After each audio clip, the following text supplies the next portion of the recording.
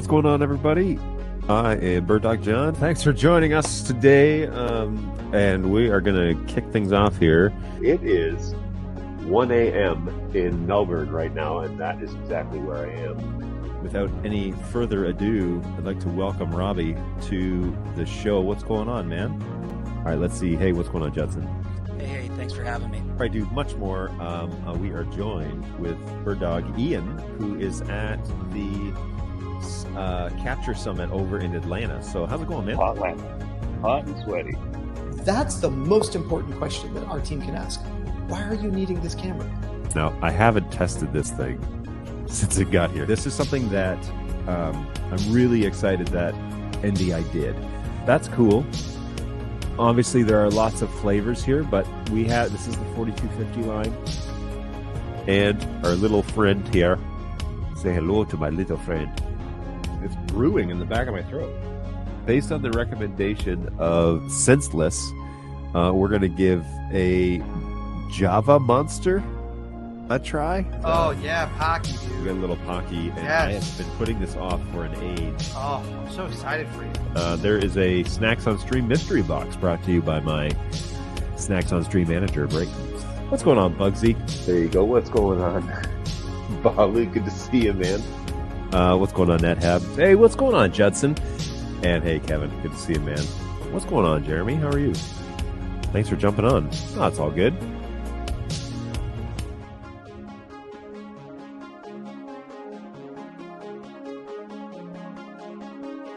Here we go!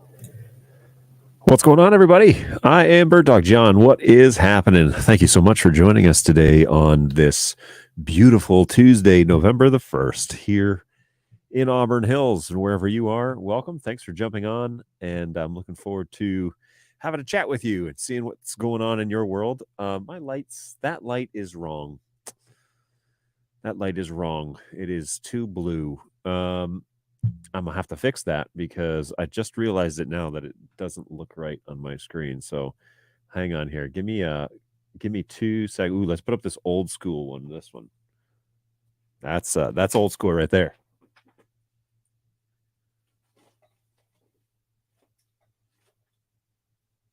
All right. Okay, that's a lot better. That makes me not look quite as washed out, I think. There it is. I think that's right. Anyways, I like it better. I'm not all blue. I don't know why I didn't catch that before the show, but anyways, all good.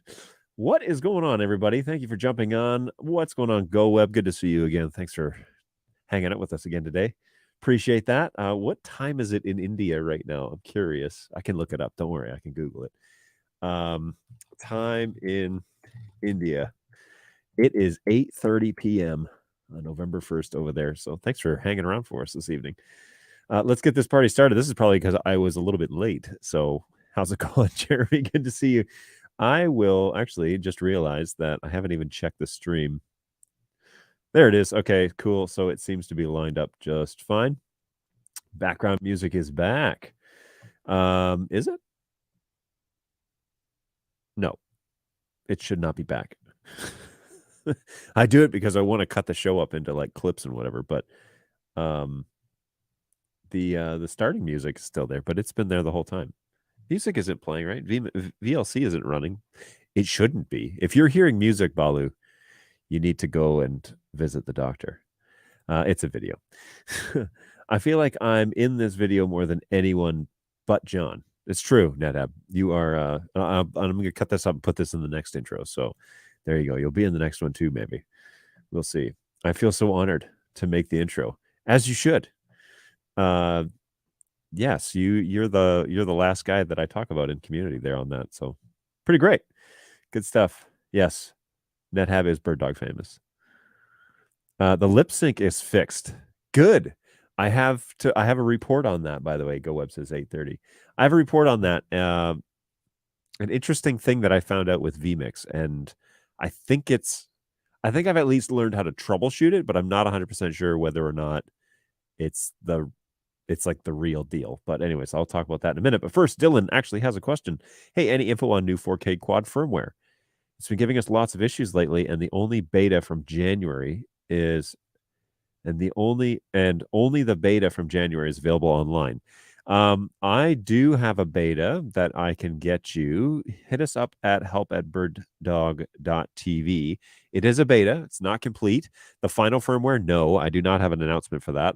You will 100% be hearing fanfare for like a month and a half when that final firmware comes out, because it's long anticipated. But yeah, that is like their number one thing they're doing right now is quad firmware. I know that they're in a beta phase with a quad firmware, not an alpha phase, which has actually been a long time coming. And so I'm hoping that we're going to have something a little bit sooner than later, but I don't know. And I'm not the one that's writing that software. It is quite the firmware. So shoot us an email and just say, hey, John said that there might be a beta for quad, and can I give that a try? And my guys can send that over to you. They are standing. It's like a PBS special where they're like, receptionists are standing by. No, seriously though, shoot us an email at help@birddog.tv. Actually, I'll do you one better. Here you go, help@birddog.tv, and we'd be happy to send you that firmware over. But the final firmware, no, the announcement for that has not been made yet, and I don't have a date as to when they're planning on being close to having that completely done. So more on that in the future. You are very welcome. Thanks for stopping by. Really appreciate it. Hang around if you have nothing else to do. There might be other questions. I'm back in the office after a short festival holiday. That's cool. Yeah, it seems like everybody's off this week. I know the Australians are off, and I know that because we have an Australian customer that needs someone to call them, but there's nobody online over there. So we're going to jump on and see if we can fix it. But yes, lip sync is done. Hopefully it's fixed. Okay, you vMix users out there, let's talk about this real quick. So I've been experiencing this issue with this copy of vMix that I have. I'm running a really nice version that they've sent us for testing, and so it's been working pretty well. I like the NDI outputs. That's what I'm doing over here for StreamYard. I'm outputting the show via NDI, and then I'm bringing it over to a separate machine and streaming that up with NDI webcam. I'm streaming that up to like StreamYard, and then we're doing the show that way. I noticed this morning, I came in here about 10:15, and this will explain why I'm a little bit late this morning, but I came in here at 10:15, and I did some testing with my audio because I didn't want to like be right up on top of my microphone the whole time when I'm talking. So I made it a fair bit more sensitive, and I don't know if you can tell or not, but that based on previous shows to now, whether or not the audio is better or worse, maybe you can tell me what your thoughts are on that. Of course, it's all subjective, and I'll take it as constructive criticism. But anyways, I think it sounds pretty good. So I add a little bit of compression on the top end because when I get excited, I notice at the beginning of the show, it always like blows out the beginning of the show for like 30 seconds, and then StreamYard dials it back. It does like its own little algorithm and dials it back, and then we're fine for the rest of the day. Well, I noticed that I had a serious so I hit record. Let's back this up. I hit record, and I did a little audio test, and the recordings were like dropping frames. Like the output from vMix was dropping frames. I was nice and smooth on all my cameras. Everything was working just fine. And then I was dropping frames on the recording, and I thought, that's weird. So I did like 6 or 7 of them because I was checking the audio. Audio was what my concern was. Well, then I brought over the at like 10:45, I streamed the actual output over to StreamYard, and I was watching the audio meter in StreamYard and noticed that it was significantly delayed. And so then I thought, oh, well, I put that delay on in vMix to correct the lip sync issue that NetHab has just mentioned. And I thought maybe that's what's causing it. And so I changed that. I had to restart vMix, and I recorded again. I sent over, and it was still way off. So then I thought maybe the audio delay issue is related to the fact that vMix, for some reason, can't record smooth audio to the hard drive. I don't understand what's going on there. So what I did was I restarted the machine, because I would reboot vMix when I was changing the audio settings, save it, reboot vMix, do a fresh, boot up, and it would still record with these stuttered frames. So then I went back and I restarted the whole machine and launched vMix again and hit record and then watched the recording, and everything was smooth. Everything worked just fine. And then I looked over at the output in StreamYard, and that was actually, it was 200 milliseconds delayed, which is what we had just discovered a couple of weeks ago about my output with vMix. So then I put that back as we had discussed last week, and then everything seemed to line up all right. And so if I watch the show on YouTube, it seems that my audio and my video is lined up correctly and not delayed there. And also, if I hit record on my little X keys here, it records audio and video just fine. So I'm wondering if those two things are related. If the fact that vMix couldn't, for some reason, record audio or record video correctly was related to the outputs being delayed. I don't know. But we shall see, I guess. But yeah, give me your opinions here. I see some have come in. So is it true that after the latest NDI 5 firmware for cameras, no more climbing on ladders to insert USB sticks? Oh, this is not just a wives' tale, but in general, we'll say, let's say more than 90% of the cases, yes. If you're on LTS with the latest USB firmware, then you just need to do a firmware update to the camera. Now, I will warn you, this may not be a hard and fast rule for all of time. There may be functionality that will get enabled on the baseboard that will require us to still do a USB update. I'm not saying it's forever in the past. However, that is the goal. The goal is to only do single updates from the web UI from now on. Now, again, like I said, there may be a need to do a USB update to enable additional functionality off the board. That's the nature of the baseboard firmware stuff. I'm not saying it's gone forever, but I am saying in general, that is the goal. So here's hoping that that's the case. Oh yeah, and that's the P400. I have that running in low bandwidth mode just to kind of save a little bit on the CPU, although I'm not struggling right now with the CPU, so that's good news. But anyways, that one looks a little blurry because of that. And I think my overhead P100 shot is also in low bandwidth, but we'll get to that in a bit. Robbie says that the audio is about the same. Appreciate it. Hey, Robbie, how's it going, man? We were just talking about you. We were just talking about the fact that you came to our office and we had no tea worthy of your English heritage. So I'm very remorseful about that, and we'll correct that the next time you come to visit. With your setup, BirdDog John, you just need to get a lapel mic. So I have one, and I have a Rode wireless system that I could clip it on and put a lapel mic on there and be totally wireless. The issue is I can't give up this RE20. A lapel mic range is nothing compared to this. And so although it would clean up the thing, like Tom Sinclair really likes shotgun mics because it keeps the microphone just off frame, but it gives you good audio. And I still do, but it's at home. I have an NTG2 Rode shotgun mic, and it works really well, but I really like this RE20. I feel like for the range, the vocal range that I have, especially like the lower register of my voice, this thing destroys any lapel mic that I've ever used. So I like it. I'm not going to give it up. I don't mind the arm being in the way, and I can decorate it with like BirdDog stuff. If I feel like it needs to, of course the camera changed right then. If I need to have a little BirdDog sticker on here and one underneath here that you can kind of see. But yeah, this RE20.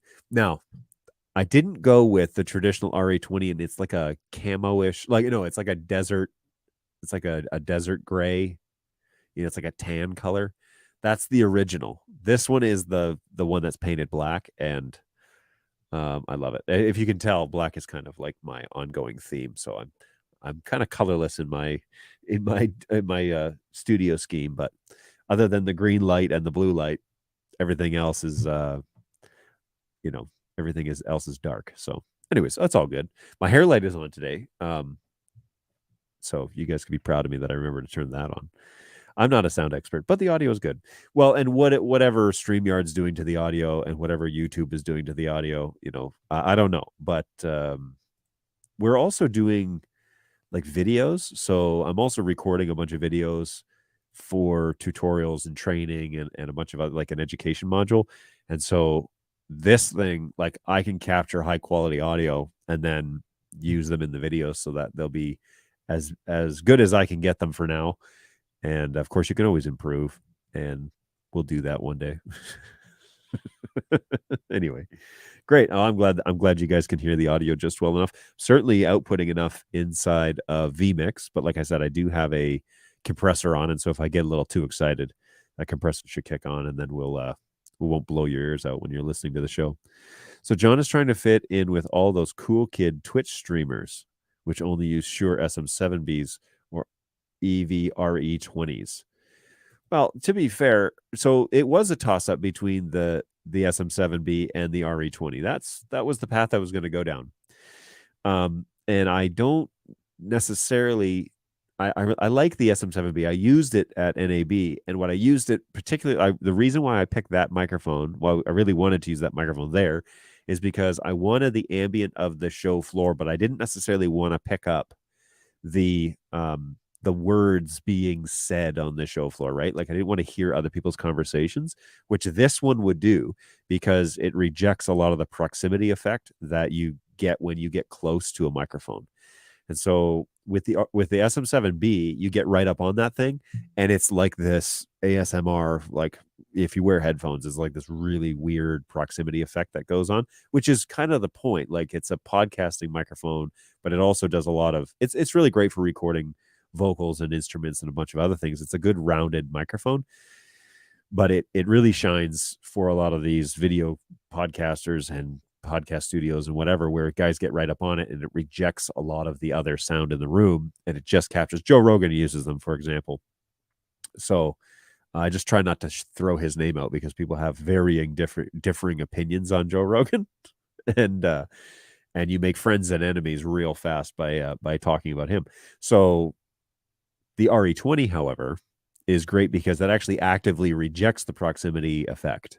And so I can get really close to this microphone, and it doesn't sound, if you're wearing headphones, closed back headphones, it doesn't give you the same effect that the SM7B does. And so I actually chose it for that reason, given the range of my voice. I chose the RE20 for that purpose. Now, RE20 is about like $50 more. And yeah, you're not messing around when you are looking at these sorts of microphones for this sort of setup. You're particularly looking for high quality audio. And the rule of thumb is, right, like YouTube shows, live streams, all that, it really doesn't matter about the video. You think it does because you go to YouTube and you're watching a video, but you think it matters, but actually audio is king. If it looks like crap but it sounds great, you'll still listen to it generally if you're interested in the subject. If it looks amazing but it sounds terrible, you will probably stop listening pretty quickly. And so that's the point.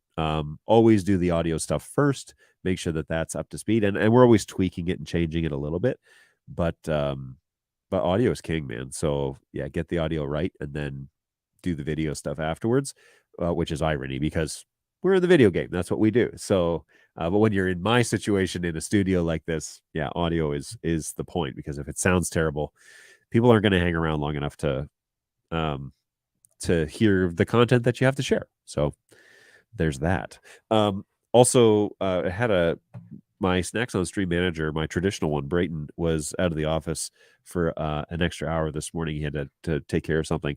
And so we had an impromptu Snacks on Stream assistant to the regional manager who jumped in and took care of things. And so I do have a mystery Snacks on Stream box today that we will dive into. I have no idea what he has put in here, but yeah, Balu took over this morning, and so really appreciate him jumping in when we needed somebody. Time was of the essence. Balu answered the call, so I have no idea what's inside here. However, this is post Halloween, and so it could be anything, right?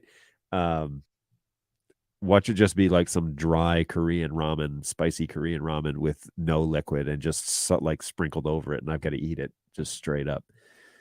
Who knows? I have no idea, but doesn't feel like that, at least. So we'll get to that in a little bit once we get on with the show a bit. So hey, 23 minutes in, that was a really long intro. Now, the exciting news that you saw from the title is that our support team here in Auburn Hills continues to grow. And just a couple of weeks ago, we introduced that we hired another guy named Ryan. And what's really strange is that today, of all days, everyone's here. So we have a team of 7 people that work out of this office now, doing various things. They're not all ticket agents, and they're not all repair techs, and they're not all one thing. They all have specific jobs. And so today we welcome somebody named Jessica to our team, who oddly enough is in my associate circles, but from like 20 years ago when I used to live in Canada. I actually know her husband, and so yeah, cool times. It's a small world, but anyways, she comes on board, and she is what I would refer to as drinking from the NDI fire hose, which means that she's learning everything there is about BirdDog and NDI and all that stuff. And you're going to start seeing her pop up on tickets in the next 6 months, and so she will be working with the other ticketing agents that I have in the office, to give timely responses and all that sort of good stuff. So more on that as it develops. But today is her first day, so join me in welcoming her to the BirdDog team.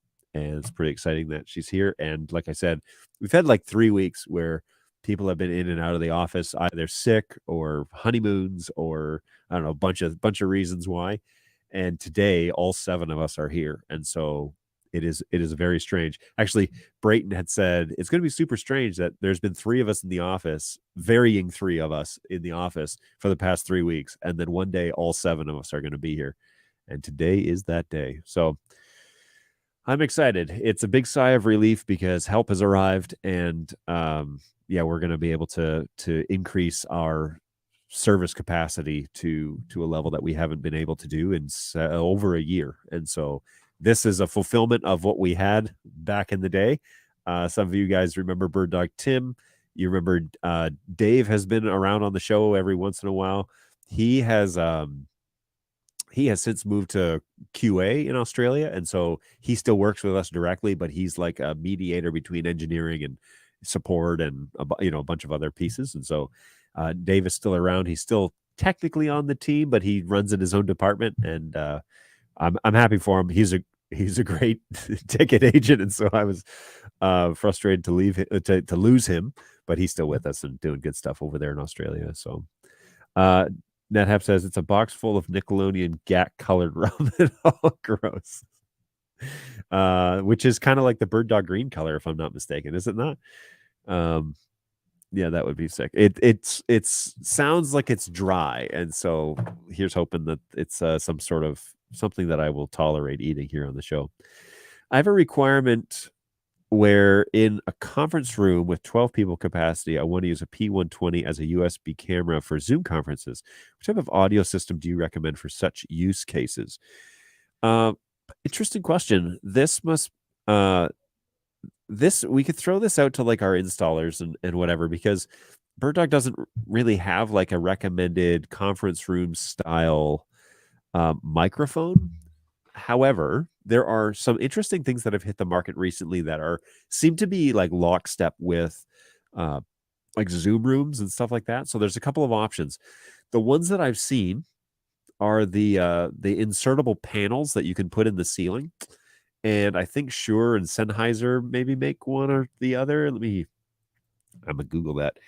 I think it was Shure ceiling microphones, and it actually fits into like a traditional grid, and so you can just lay it into the grid, the drop ceiling, and then plug it in, and then it does like directional audio. Doesn't look like it's Shure. But for a conference room that's handling like 12, yeah, ceiling microphone, Team Connect Ceiling 2. That one I have seen used. Let's see if it's a little pricey here in the US, but it's made by Sennheiser. And what it does is it does some auto detect. Is it PoE? No way. It does Dante audio.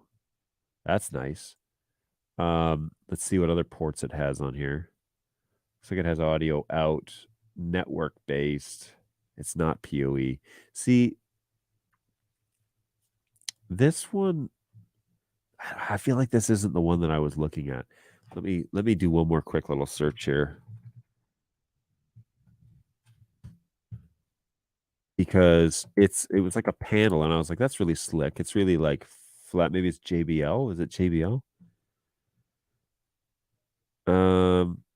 Yamaha, do they make one? I guess everybody probably makes one at this point, eh? So Yamaha has one.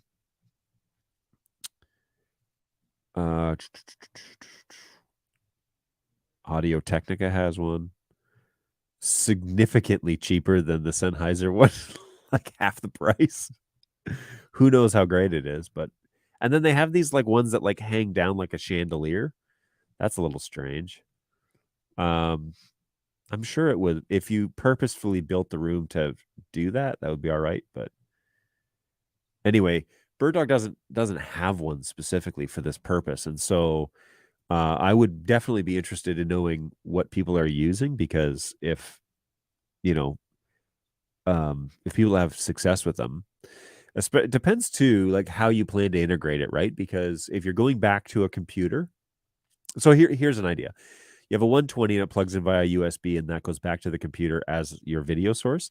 And then you bring in this device back to the computer as an audio source, and they're independent. I prefer that because not only does it eliminate points of failure, but it means that you can swap something out if it's not working, right? So you have a video source, you have an audio source, they come back, they go into Teams together or Zoom or whatever.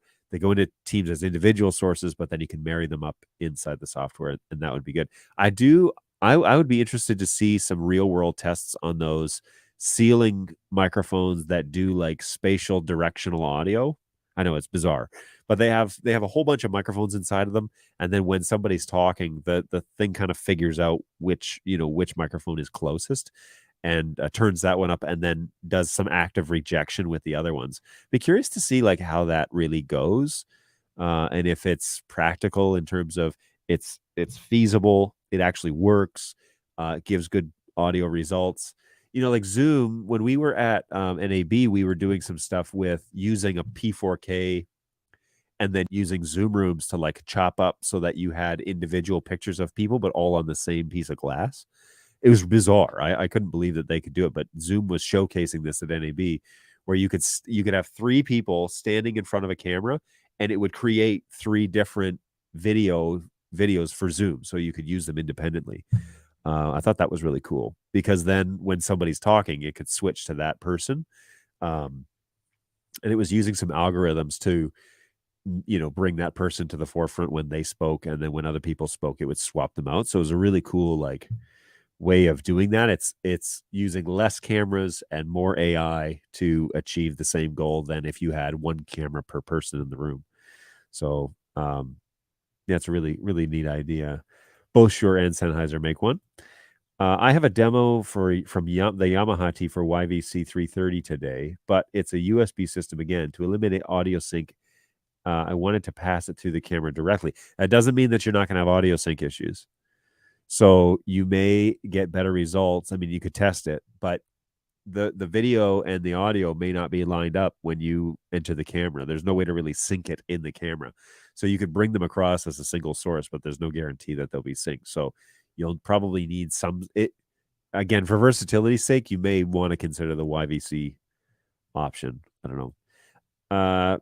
Neriva? I don't know if I'm saying that right. They make array microphone devices for video conferencing. Very cool.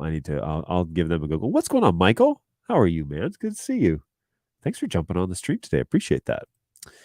Just remember, any kind of array microphone is only an attempt to emulate proper microphone placement. It won't be as good as a well-placed mic. I fully agree, by the way. They're trying really hard because here's the deal. When people enter conference rooms, they're usually not video or technical people. They're usually like, where's the HDMI cable? That's the question they're wondering the most. They're not wondering, am I using proper mic placement or am I in the frame of the picture? You need the technology to handle that for you. And so Yeah. Michael makes a great point, is that nothing will ever nothing in the current day can take the place of a well-placed microphone or microphones. But they're certainly trying hard because they're trying to eliminate the individual like needing to know, right? That's the problem. Like educational institutions, for example, I worked at one for quite a while, and I went to one for quite a while. And here's the thing about professors that have their doctorates and masters. They are experts in their field, and generally their field is not technology. They're experts in whatever it is that they have chosen to become experts in. And credit where credit's due. It takes a lot of work to get to that place, but it usually doesn't mean they're experts in using their computer. And so, yes, they have their doctorate, but they need it to be to the point where they don't have to take additional education to learn how to use your classroom technology. So that's kind of the point, right? We're trying to create devices that it can be accessible to everyone, and they can successfully use it, that it can be as clean as possible given the situation, and the results are acceptable for the end user. Again, that's a subjective thing too, right? Like we talk about that a lot on this show. What are your subjective objections? No, sorry. What are your subjective goals when it comes to what is it that you've promised that will be delivered to the end user or the client or to your school or to your church or whatever? What's the goal? And who does that need to be acceptable for? Who signs off on it? Yes, this is what we want. Because if you have subjective measurements of what it needs to be, and they don't line up with the end user, maybe the person that's consuming the content that you're creating, or maybe it's maybe it's like a Zoom classroom that you're offering online content for, whether it was for pandemic and now it's for online offerings or hybrid classes, or I don't know, whatever. Who signs off on what is acceptable? Whose subjective opinion is that? And is an array microphone okay, or is that not good enough? Hey, it sounds good, but I want it to be cleaner. Okay, then the array microphones are off the table because this is a $5,000 ceiling microphone that's not good enough for us. So you have to really sit down and understand what the demand is for your particular scenario, and then figure out what might work. So an array microphone might work for some and not for others. That's how that goes, right? Synthesizing directionally can work, but it works much better for RF than for audio. Area of interest that is called, I suppose, where from a full video frame part of video is cropped and taken into a full frame. That's what the Zoom room thing was up to. What's going on, MTash? How are you, man? Good morning. That's what Data Video guys have in a new high-end video switcher. So interesting. I don't keep up with Data Video like I should, because I know that they're up to some crazy things over there. So it's all about convenience. Just walk into the room. I realize it's tissue boxes on camera. Walk into the room. Put that down there. I'm not eating spicy food today, I don't think. It's all about convenience. I just walk into a room and everything is ready to go, and there's no setup. Exactly. And that comes with a price tag, and that comes with trade-offs, right? So as long as we understand that it's not going to be studio-based audio quality, unless, okay, so we want to have better audio. So get the microphone closer to the subject. How do you do that? Well, you can hang microphones near the front of the classroom, or you can, I don't know, give them a clip-on wireless lapel, or even just, to be honest with you, you'd probably get better audio if you had like a globe microphone in the center of the desk that's as close to the subjects as possible.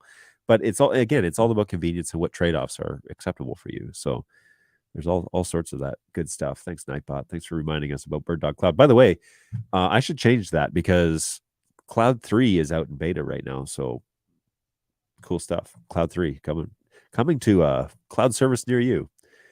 We did a show on Cloud 3, so if you don't know what I'm talking about, after this show, go back into the archives and look up the show with Jake and I, and Jake goes over some of the highlights with Cloud, and it's really beneficial. Or you can go to the BirdDog YouTube site, and there are highlight clips of that show They're like 8 minutes, 15 minutes, and it'll tell you the highlights about that. So SCC Esports. Hello from Nebraska. What's going on, Nebraska? How are you? The whole state. We are using the Flex encoders to stream to OBS and Streamlabs. Which one? Is it Streamlabs or OBS? Because those are now two different entities after the OBS lawsuit. For our new esports room, we would like to capture game audio and mics from headsets from gamers and PCs. What do you recommend? By the way, this is awesome. Thanks for doing this type of Q&A. You're very welcome. And thank you to the show. I am thrilled that you like the format because I like the format and I think it's cool. So it's always nice to find somebody that agrees. Okay, so we want to capture audio. This is a great question for this show. So we have an esports room. We've got microphones. We've got audio. The first question is, what do you have currently? Like, what are you using currently? So you're using Flex encoders to stream the camera content or the screen content from gamers, or how is that coming across? What do you have so far? Using Streamlabs mostly. Okay, cool. So Streamlabs is fine. And I saw recently, because I updated a Streamlabs library that I used to use long ago, that they accept NDI natively. So you have a couple of options. I mean, you can turn audio depending on how the audio is being used. So they got headsets or what have you. If that audio hits the computer, you could turn that into actually NDI audio channels at this point and put that onto your NDI network and capture that as an NDI source in Streamlabs. If you don't, and you need like a device in between, you may actually look at things like Dante that would allow you to do that. With a NDI 4250 switch, for example, an NDI 5 profile, you can put Dante and NDI on the same subnet. And so that would give you not higher quality, but it would give you high quality audio over Dante. And there are a lot of Dante devices that would allow you to loop through. And so the audio could go into the Dante device and then out of the Dante device as a loop and then into the system that you already have existing. And so to get high quality audio, you want to be sure you're covering everything. You may look at setting up an NDI Dante parallel universe, an NDI 5 profile from Netgear 4250, even if it's just adding a small 4250 onto the network and then putting the Dante devices on that. That might be a way to do it, where you could then bring Dante into a Dante controller and route that audio to wherever you want it to go. So a lot of software options that are fairly inexpensive if you're looking at capturing high quality audio. If you've got screen content from PCs with USB headsets, okay, so it's already on as a USB source. So curious if the NDI audio, the new NDI audio tool would work. It's on NDI 5. Now I don't know much about this thing. And maybe somebody who does can educate me. I probably should do some work and actually explore this a little bit. But NDI makes like a tool set now, right? And most systems, come on now. Oh boy. Hopefully I'm still streaming here. Of course, the NDI toolkit is like frozen up on me. That's always good. That's what you want when you're live. All right, so let me just kill this playlist real quick, and we'll jump over to this screen. Oh, whoa, I'm like huge on this screen. Okay, so in here, there are several tools that NDI provides for free. The one that I'm curious about is this Audio Direct. So bring in and out any digital audio workstation that supports something plugins. Now, I don't know those programs, and I've never used this. But I believe the purpose of this is you can bring in audio sources on your computer, in this case, a USB source, and convert it over to an NDI channel. I think that's what it's for. Correct me if I'm wrong, chat, if I'm just talking complete nonsense. But that should do it. You can install tools, NDI 5 tools, and the required plugin programs to do this, and then convert it over that way. I suspect that might work. There may also be actually an easier way to do this now that I'm thinking this through. And if you run, who knows what I'm going to do to my CPU here. Sorry, CPU. If you run screen capture, well, anyways, if you run screen capture and you add the audio source as if you add the audio source to it, do you have to use screen capture for video as well? Can you just say none? There might be an option there where you can run screen capture and then marry the audio source from that computer to that NDI source and then send that across on the NDI network. That's a free option. You could try that like today. Also, maybe router might be an option here. Can you do audio sources in router? So I'm gonna fire router up and let's see what we can do here with this. So under destinations and configuration, NDI 5, can we add an audio channel to a source? NDI sources. No. So you can't use router for this function. That's a great question. Just like ad hoc what you could do. Let's jump back to the chat and see if anybody's thrown any better ideas in there that I have. Does the Flex encoder pass embedded audio, HDMI audio, or additionally use headphone jacks for comms, send their audio headset across? If you install NDI tools, you'll have the sound card that lets you send the new sound card that allows you to send NDI. What? New sound card? Hold the phone. Is it actually called that?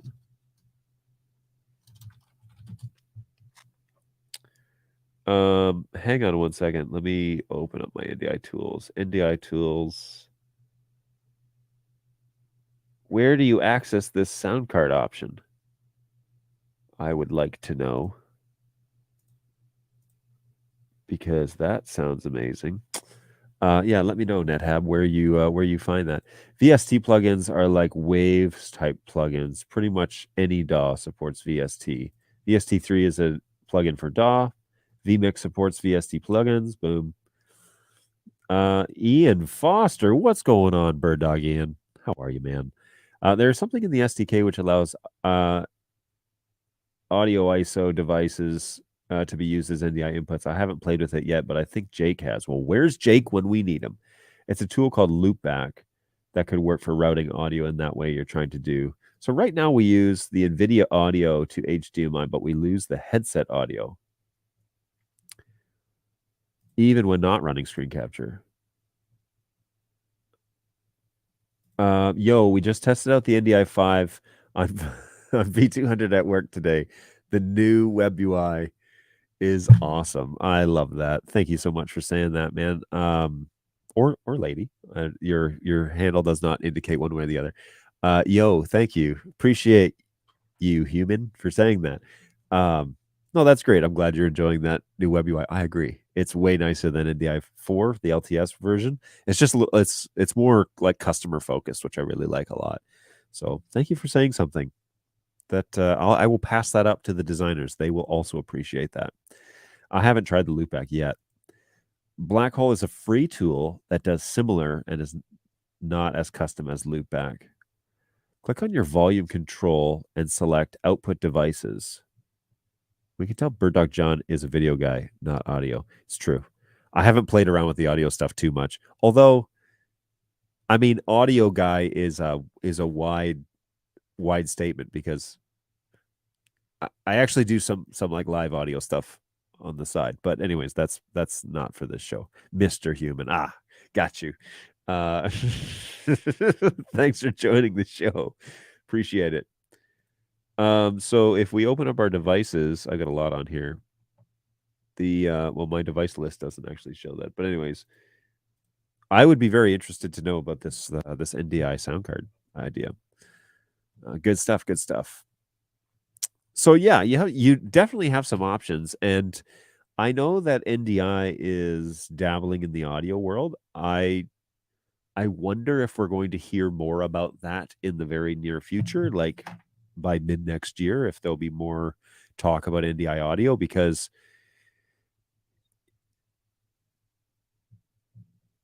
how do I say this? I think the IP audio standard right now is Dante.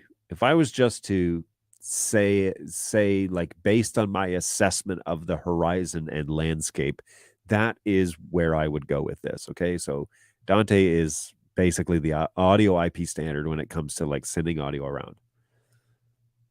It would be really cool if NDI and Dante worked together. It would be cool if they could, but I don't know if they can. And there's opportunities to like make money, but also to go your own way, but also to collaborate, right? And so there's this weird, we're in this weird spot where I think the industries are trying to decide, are we friends or are we like competitors? And so there's a couple of different things, conversations that I've seen happening in forums and a few places where they're trying to make up their minds, and that will dictate where it all goes, whether or not NDI tries to reinvent the audio wheel and do their own thing, or whether they align themselves with Dante and make it available in parallel with NDI. I don't know.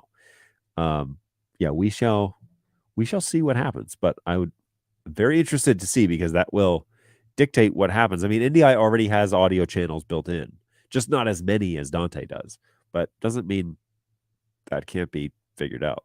It just is like, it's unfortunate because Dante's a really good standard. I mean, it's accepted in a lot of places in a lot of ways. That's fantastic. I'm all the power to them.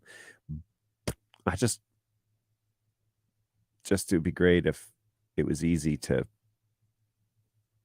come to an agreement on stuff. So I don't know. We'll see. We'll see what happens, I guess. I just don't know. Audio guide discussion goes back to, what are you saying about people with touche. On my MacBook, my options are built-in speakers or NDI audio. MacBook. No, I'm kidding. Yes. And I'm using like that NDI audio channel from this stream. So I'm outputting in vMix both the master audio and like output 4, and that's the program. And then that's coming over the network to here. And then I'm regurgitating that, and it's NDI audio is my audio channel, and the NDI video is my video channel. So anyways, so there used to be a trick using stereo mixes as a pass-through, but I'll try the loopback and VST plugins. Dante is king at the moment. What's going on, Phil? How are you? Welcome to the show. NDI tools are just installed, not running. It's about PTP. If NDI can take PTP. Oh, interesting. How about Dante Via? It says connect anything. This is the piece where Jeremy is absolutely correct. I am now swimming in a lane that I don't consider myself knowledgeable. I should. The issue that we experienced, so when like we opened this office right in Auburn Hills almost 2 years ago. Oh man. Wow. So we opened this office in Auburn Hills, and that's when we really started talking about Dante running parallel with NDI and how we were going to integrate it with with our products. And they announced Dante Bridge and a few other things. The issue is that it's been really difficult to test any of that because I don't have a Dante network here. I mean, I do. I can fire it up and no problem. I understand the networking concepts, but I don't have any Dante products. Like literally everything I have is a soft product, I have no Dante hardware. And everybody's like, well, you'll just get Dante for hardware with the cameras. It's like, yeah, well, that's part of the issue that we're having is I need to test it before we launch it. But in order to launch it, we need to have it integrated. And anyways, we bite our tails sometimes running around in circles. So I probably need to just order like 4 or 5 Dante products and put them around the office on our network and create a Dante network. And then I will know how it all works and I'll be able to have some actual hands-on experience. But we haven't done that yet. So Simpty 2110 already decided that AES67 is the wiener. Really? Fascinating. Is there actually ever just like a final winner? Did they say like nobody else will be integrated? I don't know if that's, I mean, perhaps they have. I don't know. NDI and Dante are brother sisters from different mothers. Yes, I see what you're doing there. Also, I don't know. I feel like maybe they're like third cousins once removed. I have loads of Dante hardware. Hey, if you want to send any over, we'd be happy to put it on our shelves and test it when we can. And we're a video company. Well, okay, so yeah, I see you're advocating for me to buy some stuff. Well, perhaps. I mean, if Dante for hardware comes out, then it's going to have to work across platforms, and then by all means, I think I have reasonable reason to purchase some stuff. But Dante for hardware's not out yet, so there you go. The great thing about standards is that there's so many to choose from. That's right. It's an industry standard among hundreds. It's the truth. It is the truth. There are so many industry standards to choose from. Oh, good stuff, guys. Well, we're just humming right along here, and I haven't even done my snacks on stream stuff thanks to Balu, and so let's give that a go for a few minutes while we continue to talk NDI. John's just making up stuff to start drama. Look, I don't know. Look at him. Wish me luck, folks. It's my first Vegemite experience.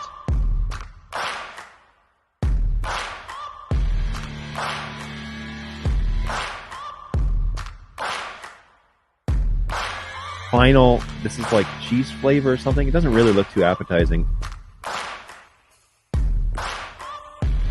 Good golly, this is something else, man.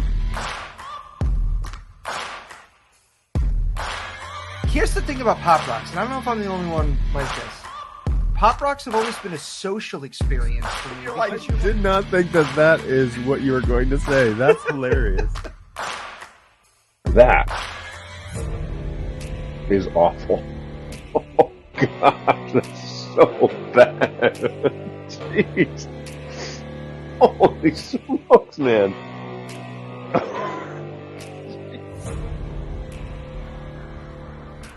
Yep. It's that time again, everybody. Snacks on Stream, Mystery Box time, brought to you this time by Mr. Balu here on the channel. So appreciate him putting this together today. Let's have a look. See, I don't know what this is. Made Good granola minis, chocolate chips. Ooh, I take that. And what is this Pikachu candy? Oh, gosh. I have no idea. This looks okay. I think I'll trust this. Although, well, maybe I won't. They're like little, like round balls in there. And then this, we're gonna have to Google Translate that. So let's crack these open while we continue to talk about NDI and all of the fun things that go along. That you guys are still going with the chat. So we'll jump back here. These are interesting. Kind of a strange.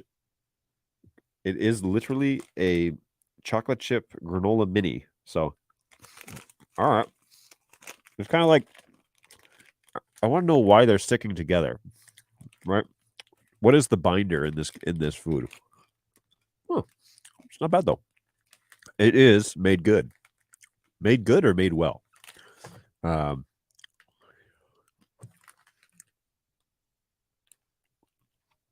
Pure gluten-free oats, and then it has an asterisk. It's like may contain gluten.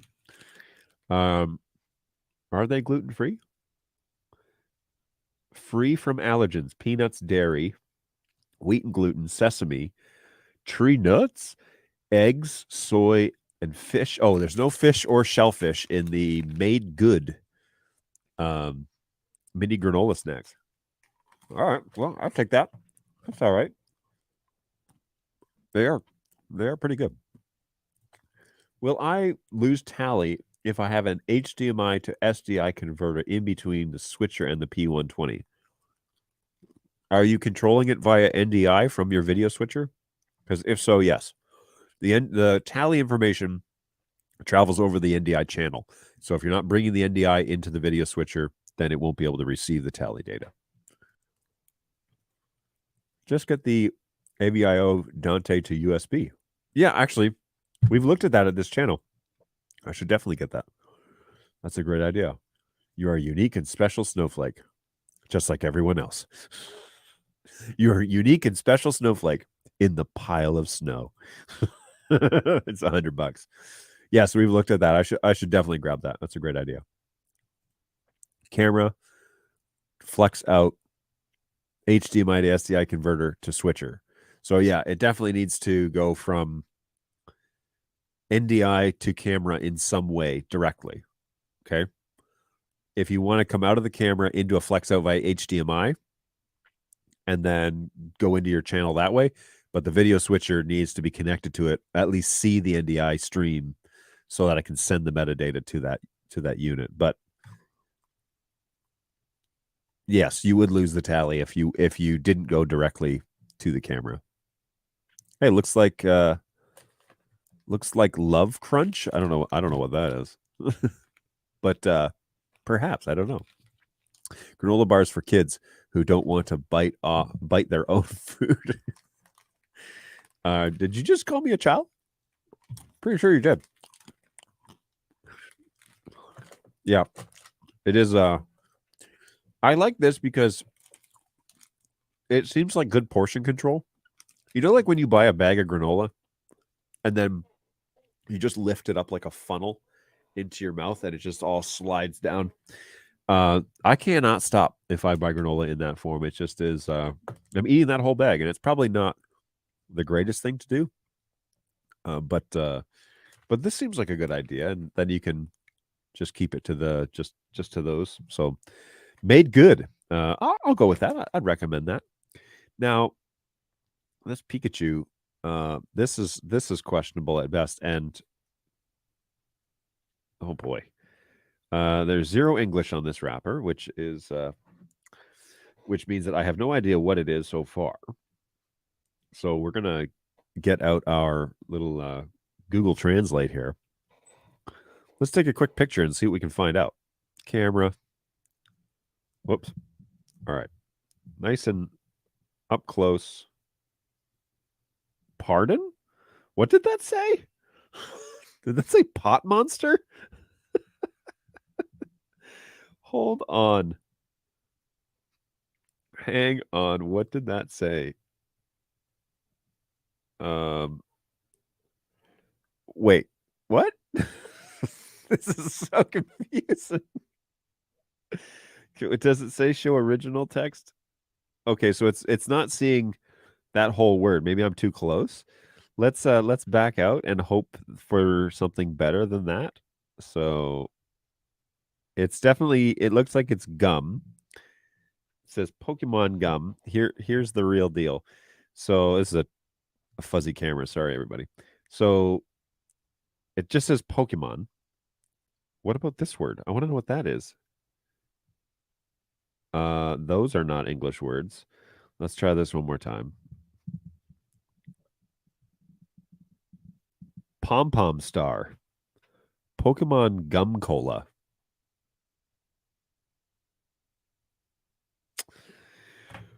Well, this will be fun. Let's find out what this is. This is looks like a pad of butter is what it kind of looks like, this little silver wrapper. But oh, that is not a pad of butter. That is a very odd shape for some form of candy. It is rock hard.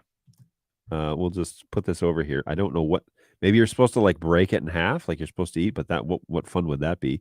It has a white powdery substance on it. So that's always great in this day and age. Who knows what this could be? This show might get very interesting in the next 20 minutes. Let's find out. Okay, so 100% gum, and it is cola flavored. What was that about Coca-Cola? It used to actually have cocaine in it back in the day.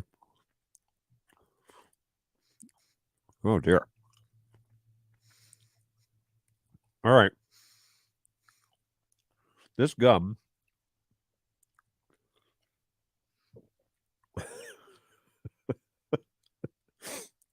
this gum tastes like flat Coke.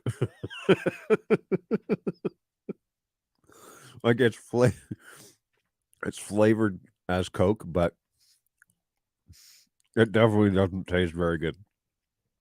Don't flavor things soda, because you're missing a key ingredient in that replication, the actual soda carbonation. Tastes like Coca-Cola. No, it doesn't. It tastes like the caramel flavoring of Coke, but it definitely tastes like flat pop. Whew. I don't know about that. Bali is feeding you like a baby bird. John loves portion control. Yeah. Gonna make me work a little bit. This thing definitely increased the saliva production, that's for sure. It was quite dry. I could also eat a whole box of cinnamon rolls. So that story is evidently legendary in this office. So one time I went to, I think it was Meyer, and I was having a rough morning. So I decided to make it better by going to Meyer and buying a box of, I think it was 6 cinnamon rolls. This is when we only had a few agents in the office. I think there was just 3 others.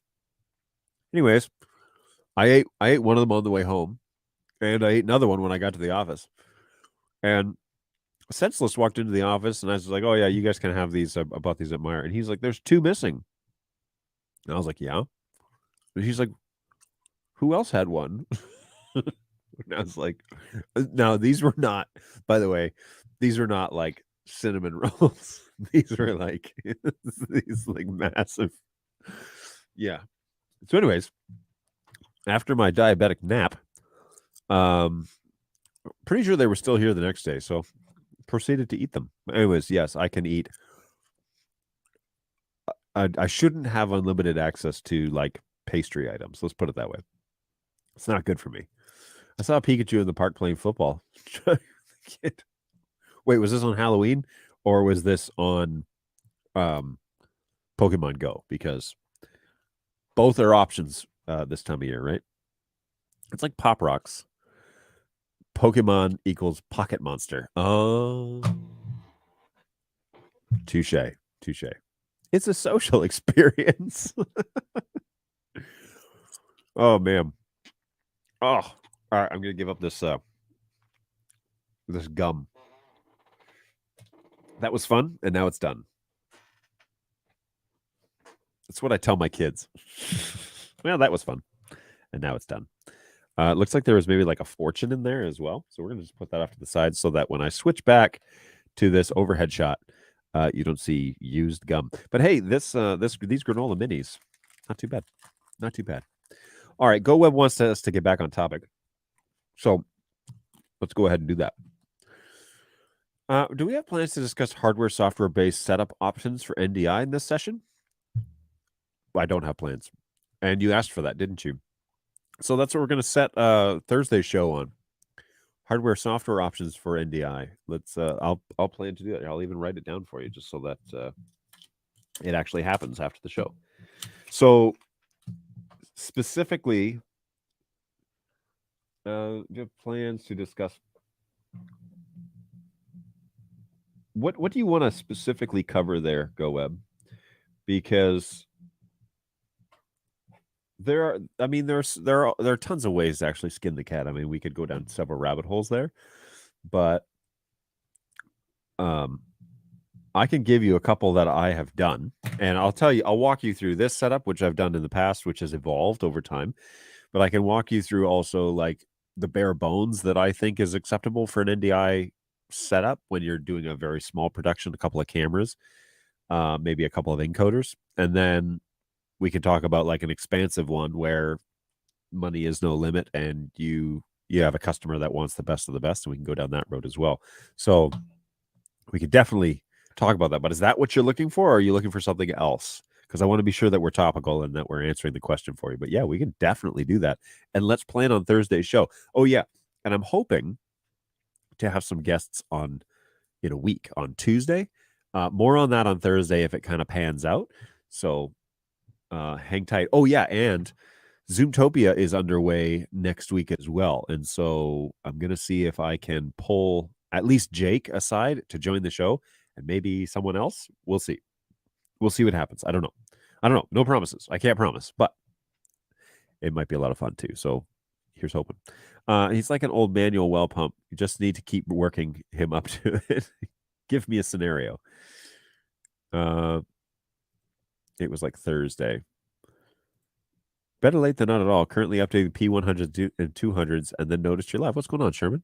That's fun. Thanks for jumping on. I'm a hardware guy, and I want to explore what different ways to see we can do a studio setup for our different clients. Hardware-based NDI video switcher? That's a great question. Are you hardware-based video switcher or software? Most people run in the software realm unless you have the money to drop on a TriCaster or a Wirecast machine or something like that. But okay, yeah. So in your scenario, you're a hardware guy, and you just want some different, layouts as to how that might be achieved. I'm gonna do a small medium install, and then I'll do a large install example. Okay, cool. So TriCaster is still Windows, so it's not hardware. Yeah. I mean, potato, depends on how you look at it, right? They do make their own chassis, which is kind of what I mean. It's like Ross Video is technically software, but it's a hardware unit. So you get what I mean, though, right?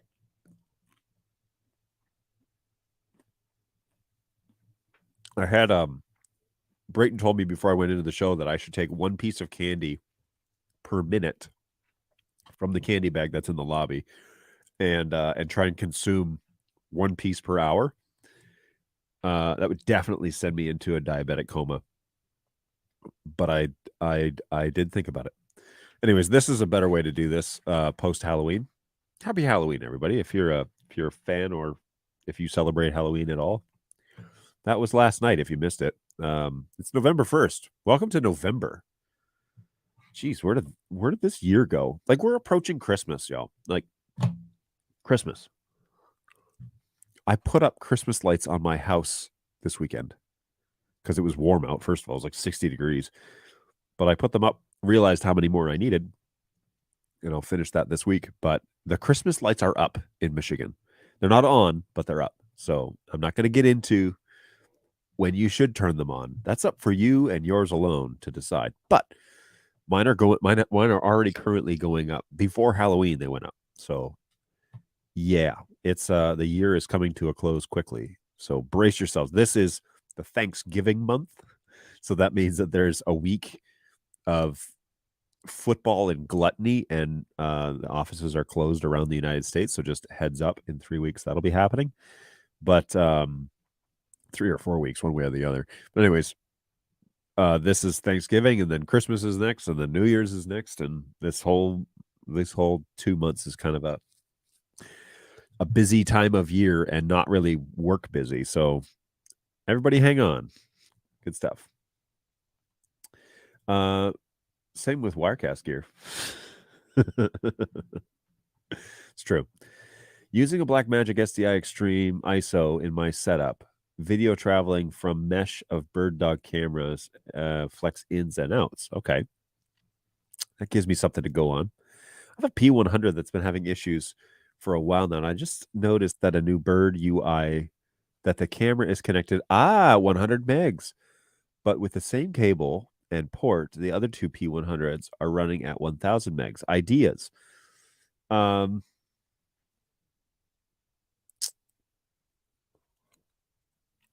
you get it to, if you bring it close to the switch and use a small jumper cable, can you ever get it to report at a gig? Because if that's true, like if you were to ship it to me and I was to plug it in here and it reports at 100 megs, that would be a faulty baseboard. But especially if you're getting other cameras in its location to report at a gig.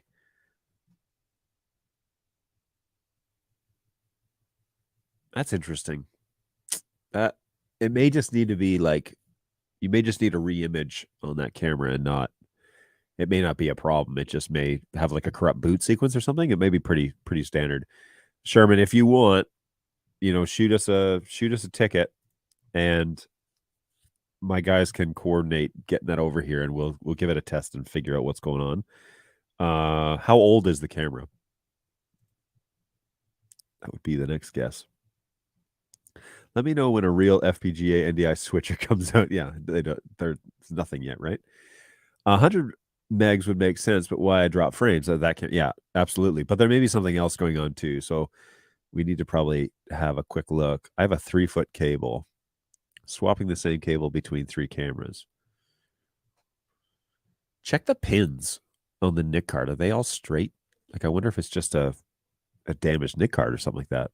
But it could be a corrupt boot sequence that we need to just re-image and get it back to you. That's not too hard, and we can arrange something with you for that. John, have you ever gone over the Open Gear card and workflow? I haven't, and the reason for that is we just kind of got things re-plugged in and good to go there, and then we've been testing the beta software out. So before I do anything there, I want to be sure that the engineers have had a chance to send me the best firmware they can. 104 is fine, which is the latest beta that we've got, but it still needs some tweaks. And so before I showcase it, I'd like to be sure that they're happy with it. That should be pretty soon, because it's walking hand in hand with the quad update, and they're pretty close with the quad one too. So I'm told. So once the quad hits, then Open Gear, because those are. Was just telling our new hire this morning, the Open Gear card I'm really excited about it, mostly because there's a lot of Ross chassis out there, but also it gives flexibility. Like, it doesn't take up any space on your rack, first of all, to buy another card, slap that card into that Ross chassis. Then you have the functionality of a quad, and you can encode or decode. And most people would put their Ross chassis near their TriCaster, so then you can go NDI into Ross, and then if they're older SDI TriCaster or an SDI ISO video switch or something like that, you can come out of the chassis and into those. So it's really flexible, and I'm really excited about it, because for example, a lot of back-end production suites like churches and whatever will use NDI as their confidence monitors, in green rooms and behind the scenes and in the hallways and for all that. So all of a sudden, if you could take a quad, or if you could take an OG card, put it inside the chassis, and then now you can encode NDI and send it anywhere in the network over fiber. Well, goodness, giddy up, that makes NDI for backend production a whole lot more accessible. And if you have already got an actual Ross video chassis, you're pretty much ready to go. But anyways, that's just me thinking out loud. The other odd thing is my Unify switches, it doesn't even get an IP. I had to pull out a Netgear 4250, so I'm thinking about it that it's a boot issue. Oh. Did the 4250 issue it an IP? What is the how long does it take normally? Like, what's the lease time on your interesting. Unify won't issue an IP address, but the 4250 will? Yeah, something's up there, man. That's not right. It would be great to just see if it does the exact same thing for us on a different network, right? Because then we could confirm that it needs to be imaged or needs a new board or something like that. But can you make sure to email me before you do that show? I want to make sure that I'm there for sure. Which show? So I've talked about 2 shows. The first one is the next show. We're going to talk about GoWeb's question about having hardware software options and workflow ideas. And I'll try and keep in mind there too, like expandable options. So, hey, we really like this setup. We want to expand it. Well, we're able to do that. So I'll go down that road. That's Thursday's show.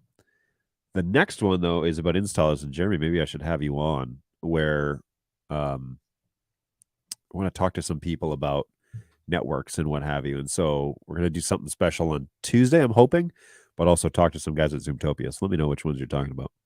The Open Gear. Oh, the Open Gear show. Okay. Yeah, I will. I'll try and remember to send you a message when I plan to do that Open Gear show. It's not on the list yet, but pins look fine. I'll reach out via email. Thanks for the pointers. Yeah, sorry that's not something obvious, but it does sound like something's up with that baseboard. Yeah, with Unify still hosting DHCP. Oh.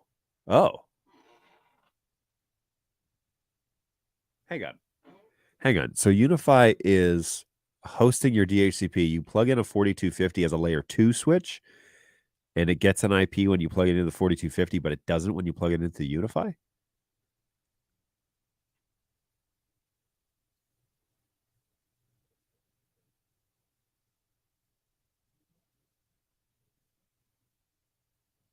Are the Unify switches fully updated? I know they come out with firmware like every 2 weeks.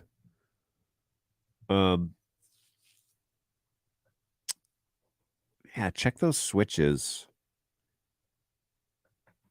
Does it happen on all Unify? Like, do you have more than one Unify switch? If you checked it on like a different one, that's an interesting issue. That's not.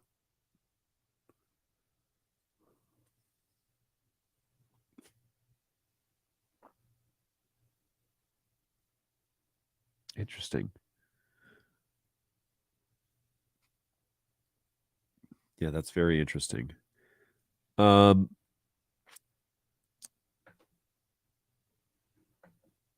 long has it been since the Unify switch has been power cycled? You shut it off all the time, or does it like always run constantly? It's usually one of those two things.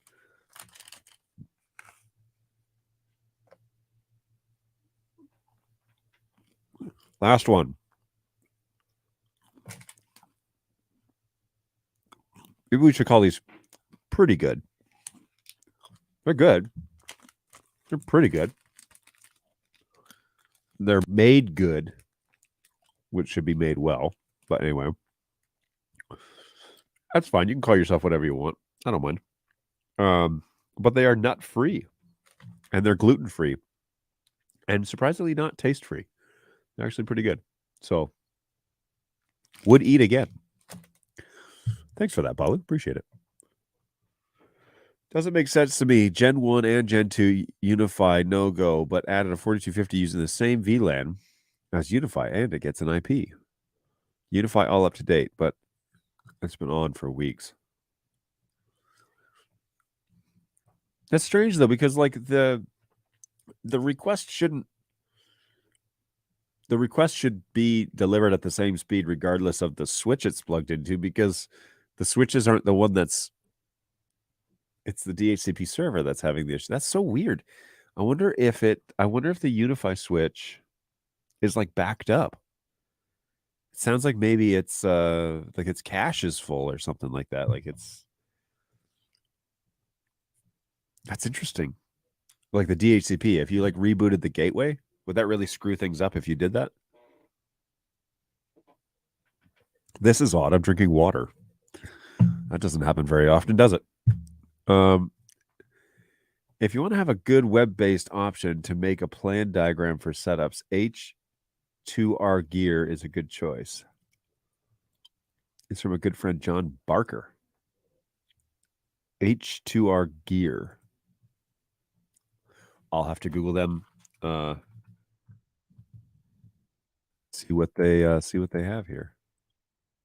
What is this? Plan, diagram, and pack for your next gig. Oh, that's cool.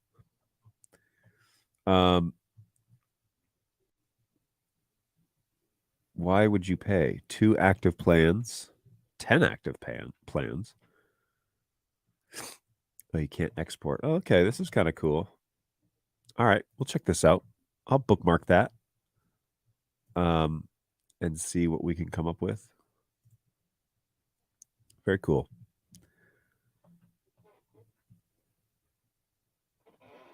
Yoink.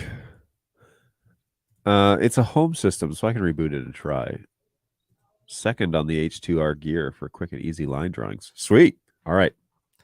Well, if 2 of you agree, your heart shall be also.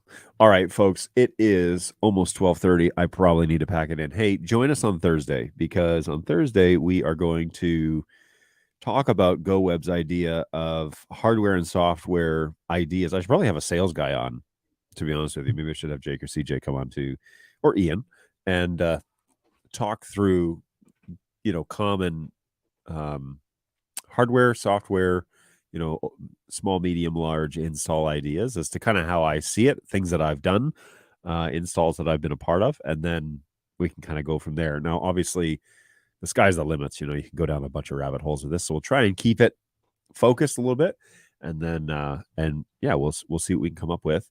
Hopefully, we can spout some useful information.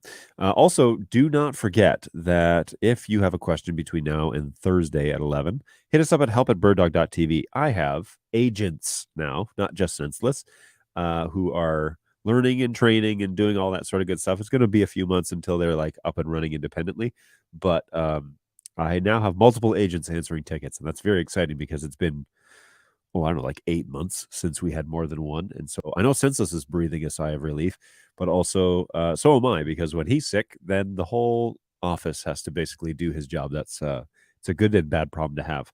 So we are excited that we have some new people. Today is the first day. Everyone's in the office. There's 7 of us in here, and you know, we want to welcome Jessica. She's new to the team, and pretty excited to have her along. So looking forward to that. If you can wait until Thursday, bring your questions back on Thursday at 11 to at least 12 o'clock Eastern time here in the U.S., and we will be happy to answer those with you. We're going to plan on doing some fun shows here in the future, and so be sure that you go over to birddogjohn.tv and hit that subscribe button, because that's where all of this stuff will be cataloged and archived. Right now, all the long form stuff is there, and if you want to see like snippet highlights, that's over on the BirdDog YouTube page. I may bring that stuff over to my channel. I don't know, but yeah, birddogjohn.tv. That's where everything that I do will be posted here. The long form stuff. So you miss a show, and you got a long drive, or you're alone in the office and you need somebody to listen to and put you to sleep, you can definitely show this show, and all those resources are there online for you to also review. So join us on Thursday. We've got something we're going to talk about. We're also going to be happy to answer any sort of NDI questions. Super excited about what this week promises, but yeah, here's hoping. Oh yeah, and hit those subscribe buttons. GoWeb is trying to get my subscriber count up, so so that's always great. We will definitely see you then, Sherman. Same BirdDog time, same BirdDog channel. Absolutely. BirdDogJohn.tv is where you can find us. Always great to learn, and thanks for bringing the questions. Go Web, appreciate it. Say hi to your family for us. It's always a pleasure to have you on here. I'm feeling a little tickle. Could anyone do my job, please? Thanks.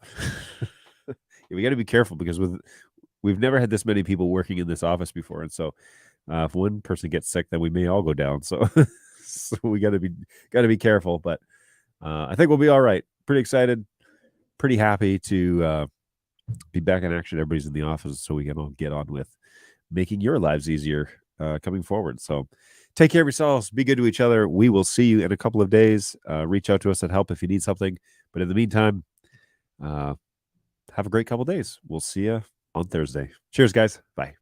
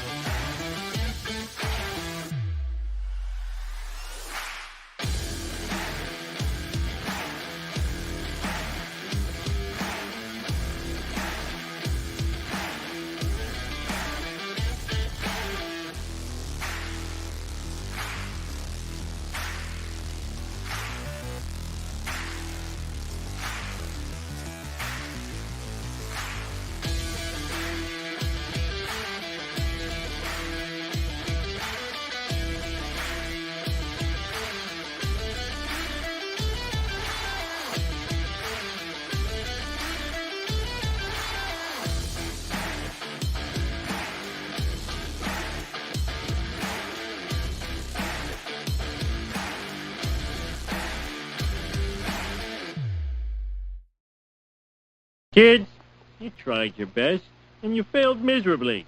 The lesson is, never try.